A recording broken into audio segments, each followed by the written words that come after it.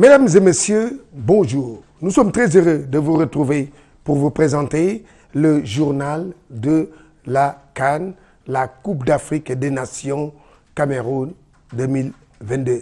Dans ce journal, vous aurez droit donc à l'écho de la CAN, l'écho des Lions, où nous allons revenir sur le match Sénégal-Malawi avec la réaction du coach et des joueurs. L'écho de la CAN aussi, des informations qui circulent au niveau de la CAN, nous allons y revenir, et l'invité avec le 12e Gaïndé. Comment le 12e Gaïndé est arrivé ici? On va vous le présenter et vous le montrer avec l'invité Issa Laye Diop. Et l'image du jour qui va vous faire rire. Mesdames et messieurs, Sénégal, Malawi, 0-0. Et dans ce match-là, le Sénégal est sorti, oui, leader du groupe à l'issue des matchs de la poule B. Oui, effectivement. Et les gens parlent de ce match-là, ça discute pour ce match-là. Et Aliou Cissé a fait savoir que dans cette Coupe d'Afrique des Nations, il ne faut pas sous-estimer aucune équipe. Car ce qui s'est passé avec l'Algérie peut se passer avec tout le monde. Aliou Cissé. Depuis le début de cette CAN, il faut connaître de l'humilité. Voilà, donc cette humilité-là, elle est importante. Il faut arrêter de penser que sous prétexte qu'on est le Sénégal et qu'on a des brochettes de joueurs qui jouent la Champions League, qui jouent dans les clubs les plus huppés du monde, que forcément les autres ne travaillent pas. Les autres travaillent, les autres progressent, et je crois que l'humilité qu'on doit avoir, c'est de savoir que parfois ces équipes-là peuvent nous tenir en échec sur un match. Peut-être que si on joue 10 matchs, on pourrait dire que les 9 on les gagnera, mais sur un match, ils sont capables de nous tenir en échec. C'est le cas en réalité face à la Guinée, c'est le cas aussi cet après-midi. Mais comme je vous le dis, je suis pas forcément inquiet de la situation. Nous sommes optimistes, nous allons continuer à travailler et surtout faire en sorte que nos joueurs qui étaient malades reviennent dans leur meilleur niveau. On reste toujours avec Aliou Cissé dans cette conférence de presse d'après-match où Aliou Cissé revient sur son équipe, l'équipe du Sénégal. Et beaucoup de journalistes lui reprochent de trouver tout le temps des excuses par rapport à ces mauvais matchs. Écoutons Aliou Cissé. Je suis désolé aujourd'hui, vous avez bien vu ce qui se passe dans le début de cette CAN. Il y a aussi d'autres équipes aussi huppées que nous. Je pense que vous suivez la CAN, qui sont en difficulté aussi. Nous sommes en difficulté parce qu'en face de nous, comme je le dis, il y a des joueurs qui sont capables aussi d'élever leur niveau de jeu. Il y a des équipes qui nous regardent, qui nous observent aussi, qui n'ont pas envie d'être ridicules face au Sénégal. Et je le dis, je le répète, il faut arrêter de penser sous prétexte qu'on a des brochettes de joueurs sur un papier que forcément nous devons battre tout le monde. Aujourd'hui, nous sommes qualifiés. Nous sommes conscients que le jeu, nous devons progresser. Nous allons continuer à travailler. Rien ne nous ébranle. Nous savons que nous vivons des moments difficiles depuis le début de cette CAN. Je le dirais, même si vous n'avez pas envie de l'entendre, c'est la réalité. Voilà. Donc aujourd'hui, je savais aussi qu'en récupérant tous mes joueurs, c'est pas sur un claquement de doigts que tout va fonctionner. Donc ça se passe pas comme ça au football. Donc comme je vous le dis, on a une semaine encore comme ça devant nous. Nous allons continuer à travailler pour retrouver notre meilleur niveau, tout simplement. Mais malgré tout, Aliou Cissé, lui, il reconnaît qu'il y a des failles dans son équipe, que ça ne marche pas. Et voici sa réponse. Dans la construction, on a plutôt ronronné, on a conservé sans pour autant progresser véritablement. Dans leurs 30 derniers mètres, pratiquement, on était tous hauts. Sadio était un petit peu trop écarté. Boulaye était un petit peu écarté, alors que peut-être qu'on avait besoin un peu plus de liens, un peu plus d'appui à l'intérieur de leur bloc, chose qu'on n'a pas su le faire, en tout cas pas assez sur le côté gauche, et qu'on a fait pas suffisamment, comme s'appelle, sur le côté droit avec Boulaye qui rentrait, qui trouvait le relais avec Kouyaté pour qu'à un moment donné, Bouna sort. J'attendais qu'on le fasse un peu plus à l'intérieur du jeu, ça n'a pas été le cas. Effectivement, tu as raison, on a beaucoup tourné, ça a été très latéral.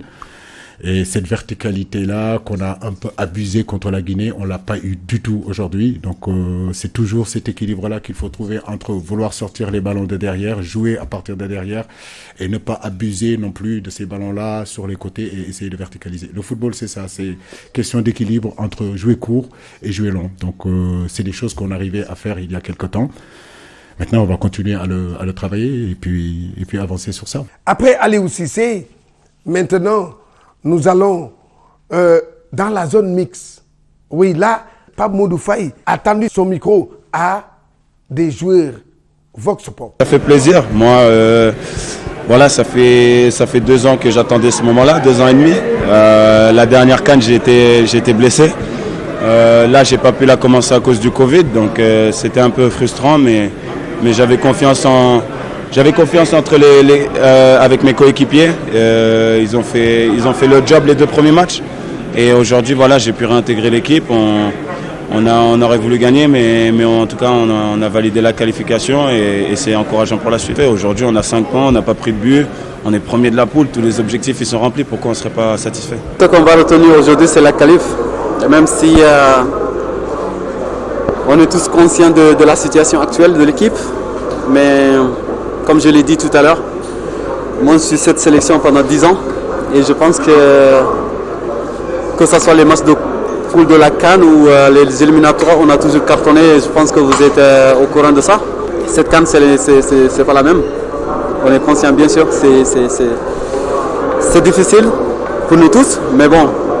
Comme je l'ai dit tout à l'heure, ce qui est retenu maintenant, c'est la qualif. Il faut juste être patient. On va essayer de travailler davantage pour nous améliorer et surtout aller jusqu'au bout, parce que c'est l'objectif. Je pense qu'on est premier. Donc c'était de sauter des poules. Maintenant on l'a fait. On sait bien aussi qu'il y a encore du taf à faire. Il faut être efficace devant, mais bon. On a 5 jours, je sais pas 6 jours pour travailler le prochain match. Et je pense qu'on le fera pour rendre fier le peuple sénégalais parce que je pense qu'ils attendent beaucoup de l'équipe. Voilà, après ce Vox Pop des joueurs sénégalais, on a interpellé Kalidou Koulibaly, le ministre de la Défense, capitaine des Lions. Et voici sa réponse. C'était très difficile. On sait que beaucoup attendaient mieux, attendaient 9 points. Mais c'est la magie de la CAN, il n'y a pas de petite équipe, on sait qu'on a vu des équipes se faire surprendre. Heureusement, le Sénégal ne s'est pas fait surprendre, il a réussi à gagner un match et faire 2 matchs nuls. On a été une équipe solide, même si je pense qu'on peut encore mieux faire. Je sais qu'il y a beaucoup d'attentes derrière nous, je comprends les Sénégalais qui sont au pays, qui attendent mieux un plus beau Sénégal, mais voilà, il faut continuer à travailler. Je sais qu'on est capable encore de mieux faire et on fera mieux, Inch'Allah. Beaucoup attendaient de moi, je savais que ça allait être difficile pour moi parce qu'un mois et demi sans jouer, c'est beaucoup pour un joueur. Mais je ne me cache pas derrière ça, je sais que je dois mieux faire, je sais que je dois donner plus de sécurité à cette équipe parce que c'est en donnant de la sécurité à cette équipe que devant ils feront encore des meilleures choses. Je sais que ce dont les gens attendent de moi et je vais continuer à travailler pour donner ce que le pays mérite et je leur demande juste d'être patient parce que voilà, je sais que vous attendez qu'on gagne tous les 3 matchs, qu'on ait 9 points, qu'on survole tout. Mais regardez, la CAN est très difficile, c'est vraiment très très difficile. Il n'y a aucune petite équipe et on l'a vu encore ce soir, le Malawi nous a mis en difficulté. Mais voilà, je pense qu'on a eu beaucoup d'occasions quand même, c'est dommage qu'on ne les a pas mis au fond et je pense que si on aurait gagné ce match, ça n'aurait pas été volé. Il faut continuer à travailler. Et moi, j'ai confiance en mes joueurs, j'ai confiance en mes frères, j'ai confiance en mon pays. Donc voilà, je ne suis pas du tout inquiet. La défense tient le coup, mais il faut continuer. Je pense que voilà, je pense qu'il faut qu'on soit plus solide, qu'on donne encore plus de sécurité. Je sais que nous sommes vraiment, les défenseurs, nous sommes un peu exposés parce qu'on a un jeu qui est vraiment offensif. On va essayer encore à continuer à tenir la baraque. On a vu des grands joueurs quand même. On a vu un grand Edo ce soir. On a vu des défenseurs qui essaient de donner leur meilleur. Après, devant, moi, je ne m'inquiète pas. Je sais qu'on va essayer de les aider. Mais il n'y a pas que les attaquants qui ne marquent pas. Il y a aussi les défenseurs qui ne marquent pas sur le coup de pied arrêté. Et ça, il ne faut pas donner la faute aux attaquants. C'est vraiment toute l'équipe qui ne marque pas. Et voilà, on va tous travailler pour ça. Mais moi, je demande seulement que les gens soient derrière nous au Sénégal parce que sans eux, on n'ira pas très loin. Écho de la CAN. Qu'est-ce qui se passe réellement? Est-ce qu'on va jouer les quarts de finale et le match du 3e tour entre la Côte d'Ivoire et l'Algérie au stade Japoma de Douala. Une question qui n'a pas encore de réponse. Hier, une information relayée par tous les médias, à savoir la délocalisation des matchs prévus au stade Japoma de Douala à Yaoundé. Une décision issue de la réunion de la CAF selon les informations données par-ci et par-là. Mais aussitôt démenti par un membre de la Confédération africaine de football qui réfute cette information. Il va plus loin en soulignant que le comité d'organisation de la CAF ne s'est jamais réuni avant-hier, comme l'a indiqué la presse, pour parler de délocalisation. Mais qu'à cela ne tienne, cette rumeur persiste toujours, et si cette information est avérée, et si le Sénégal se qualifie en quart de finale, l'étape de Douala n'aura plus lieu. Dans ce cas de figure,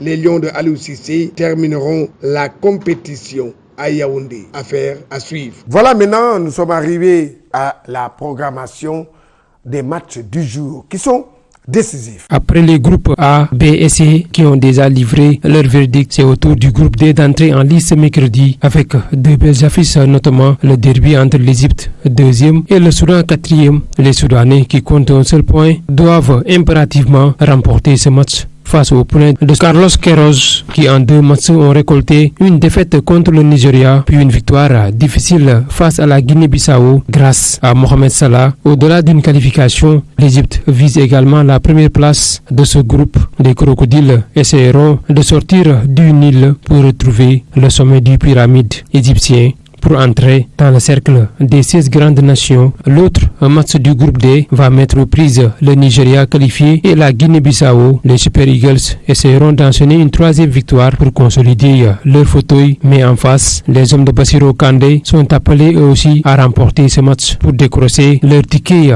pour les 8e de finale et retrouver pour la première fois cette étape de la compétition en 3 participations de Coupe d'Afrique des Nations. Ces matchs sont prévus à partir de 19h. Mesdames et messieurs, comme annoncé dans ce journal, c'est l'invité du jour, Issa Laye Diop, le président du 12e Gaïndé. Les supporters sénégalais qui étaient visibles et bruyants au stade de Kwekon, Omnisport de Bafoussam.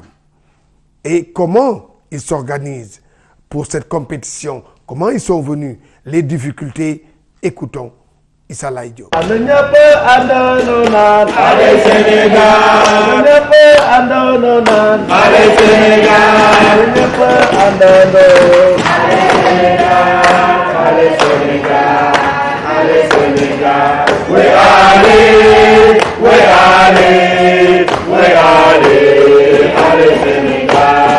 Le ministère des Sports, M. Matarba, a mis à notre disposition une subvention de 30 millions et 45 billets. Aussi, il nous a pris en charge en termes d'hébergement.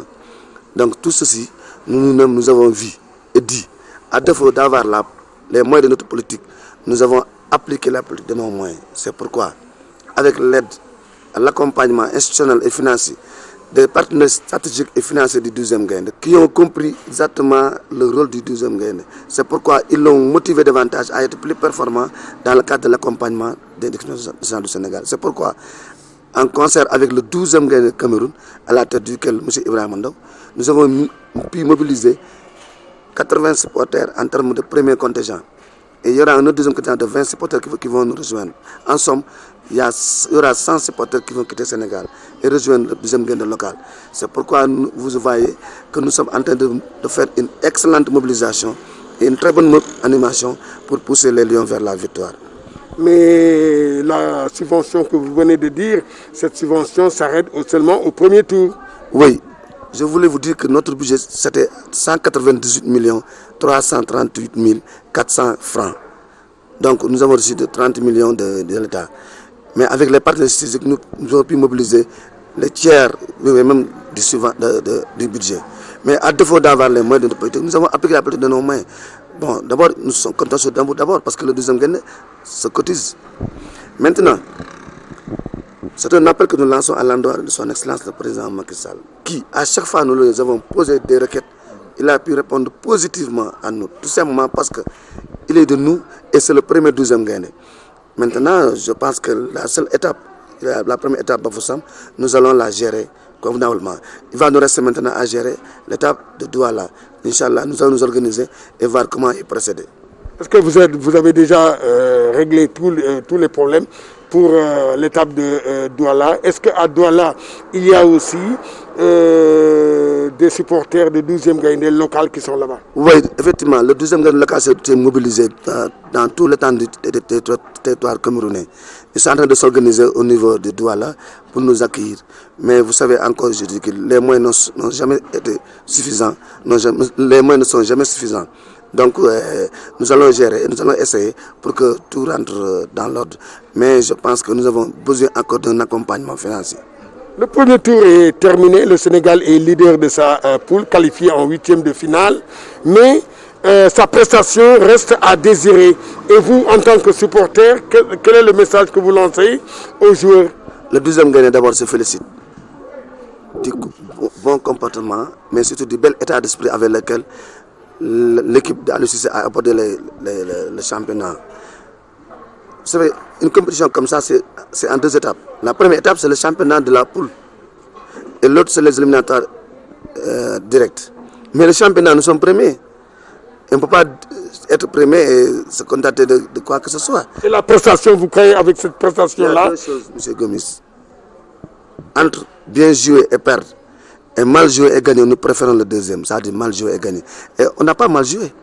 Nous sommes premiers, nous avons droit à notre statut. Vous avez marqué seulement, le Sénégal a marqué seulement un seul but en 3 matchs, ce qui ne s'est jamais produit dans les annales du football sénégalais. Oui, mais notre objectif, ce n'était pas de battre le record de buts, le record d'encaisser ou de marquer des buts. Notre objectif reste encore le trophée. Nous sommes dans la compétition.